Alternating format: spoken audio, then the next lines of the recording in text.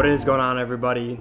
It's good to see you guys. It's been quite some time, but I actually have a special unboxing today. I'm going to be talking about the Ronin RSC2 and if it's still worth to get it a couple months later and my honest thoughts after using it for a couple months. So I'm going to be talking about that today and my honest thoughts about what I really like and what I don't like. But to be quite honest, I really do like this gimbal.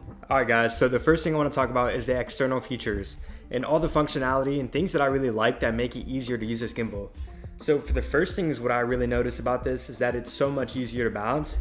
We now have 3 ways that you can balance this. And another thing that I really like about this is how stable this lock system is. Previously, it used to be like a plastic lock-in, but now they're steel and it's a lot more sturdier than it used to be.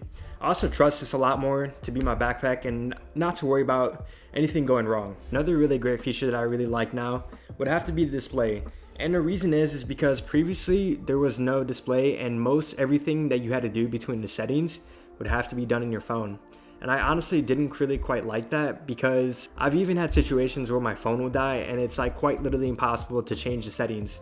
And that's really nice because if I really do need to do that, and let's just say my phone does die again like that, everything is built into the system right here and I don't have to worry about things like that anymore running into problems. So another really great thing that I really like about this gimbal would have to be how easy it is to take off this plate and easily put away your camera. I remember my last trip down to Wisconsin, we actually decided to shoot a video. And the amount of times that we were hiking, I also had to put this gimbal away many times. And I found it actually really convenient because it's so easy to take it out and put it back together. And all you do quite literally is once you do this, you unlock it, you slide this plate off right here because the truth is that my backpack cannot hold the actual gimbal because my camera insert isn't meant for gimbals.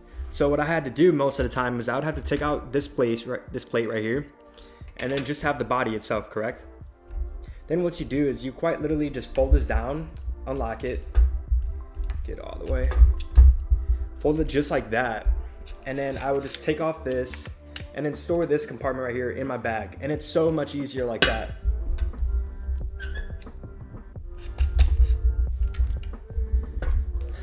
Another thing that has to do with this Swiss plate right here is that how easy it is to swap between handheld and gimbal shots. So when I would slide this back into place, and let's just say I really wanted to swap between gimbal shots and handheld shots. It's so easy to slide this out of the plate because now you have the base plate attached. And the reason why I really like that is because I had a shoot about 2 weeks ago with my buddy out in the gym. And I really was looking to get the mix between handheld and gimbal shots.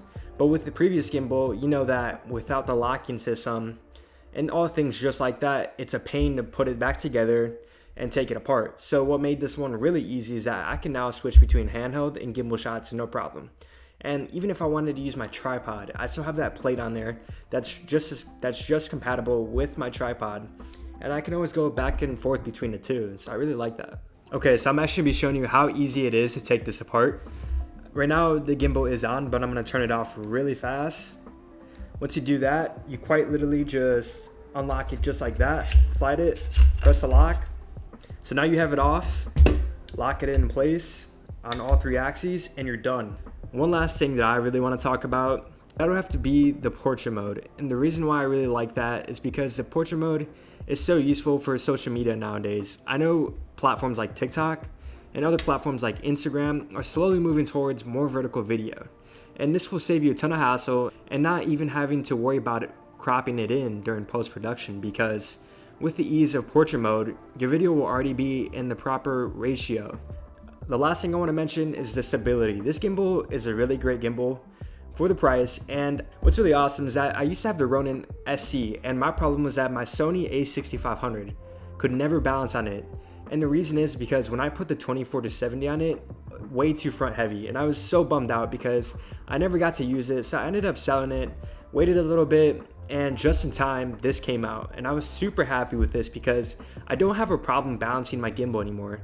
And front heavy lenses have no problem balancing on this guy now. If you ever consider getting a gimbal, I would for sure save up a bit more money and get this or the Pro combo. I'm a huge fan of both of those and I'm really happy that I got this one. So once you would open it, it literally just comes in the foam thing just like this. And it's, you know, it's I honestly would have expected more for the $500 combo, but honestly, I'm totally cool with it. Although, if I were you, I would go for the Pro combo because there are some really cool accessories that come with it. And you don't care about any of the accessories, just go with the Ronin RSC2 Essential combo. So guys, that's pretty much it for today's video. It's nothing too out of the ordinary that I wanted to talk about the gimbal. I hope you guys enjoyed. Please leave a like and subscribe. Thanks for watching.